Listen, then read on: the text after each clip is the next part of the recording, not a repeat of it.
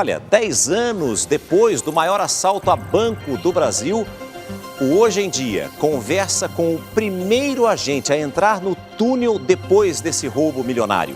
A repórter Natália Arcuri foi até Fortaleza e mostra também como está a quadrilha, não é?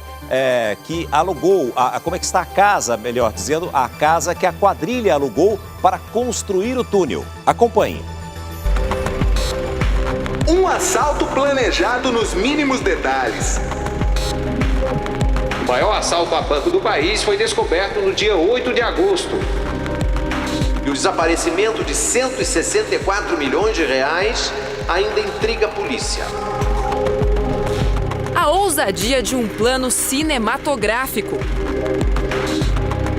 Os desdobramentos de um crime quase perfeito.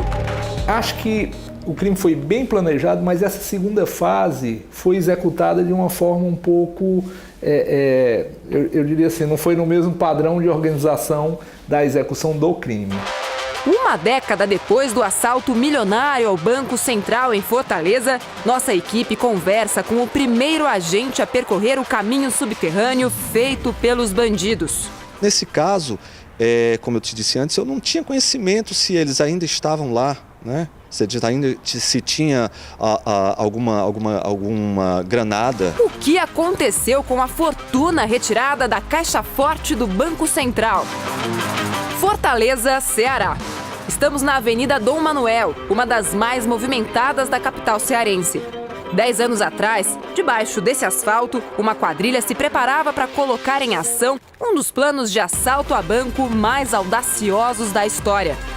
O alvo dos bandidos, a caixa forte do Banco Central. E o que eu acho que chama muita atenção, que de certa maneira erroneamente gerou até uma simpatia, foi o fato de que eles não agiram com violência aparente. Para executar o plano, o grupo composto por 3 quadrilhas diferentes alugou uma casa a cerca de 90 metros do banco. No imóvel, instalaram uma empresa de fachada que comercializava grama. Assim, não levantavam suspeitas quando transportavam a terra retirada para a construção do túnel que levaria os bandidos até a caixa forte do banco. Aparentemente, eram trabalhadores acima de qualquer suspeita. Eles não davam nenhum sentido, não uma pista de que estava aprontando o que eles aprontaram, né?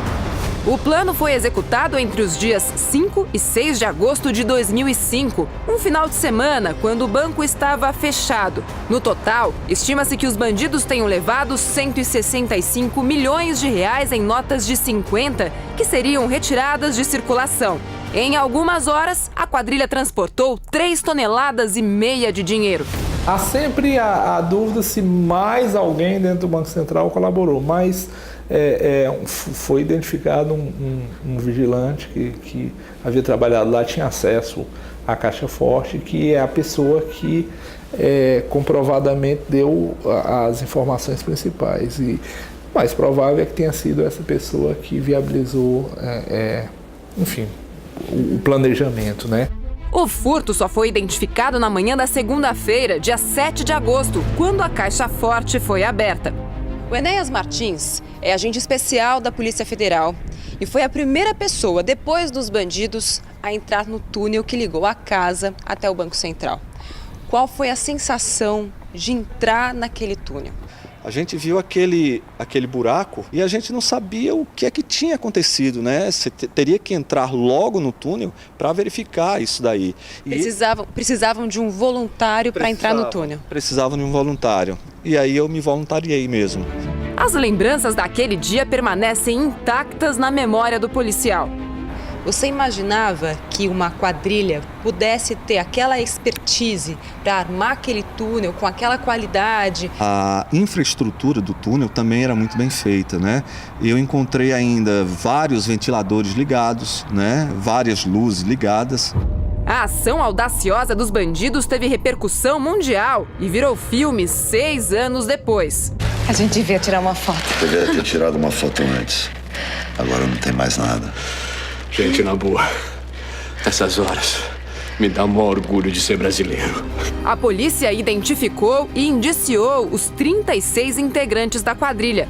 26 foram presos, entre eles Antônio Jussivan Alves dos Santos, o alemão, apontado como o mentor do furto.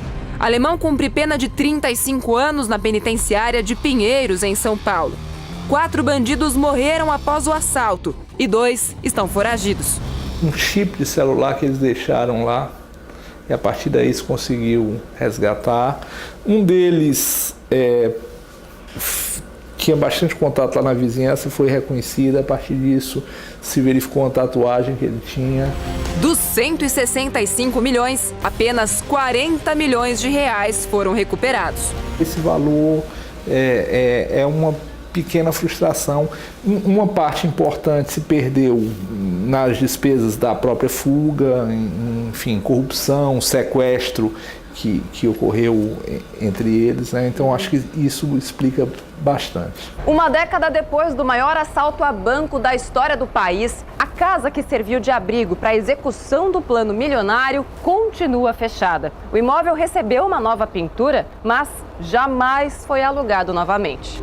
Segundo os comerciantes da rua, o proprietário do imóvel aparece regularmente para cuidar da limpeza e manutenção da casa, que se tornou um ponto turístico na região. Agora, de vez em quando, para aqui, ei, vocês... qual é a casa do assalto? Tal. E a gente diz, foi aí muita gente se admira, né? Rapaz, o negócio foi bem feito, sei o que tal. Para o procurador que atuou no caso, o furto cinematográfico foi apenas o início de uma história que ainda está longe de ter um fim.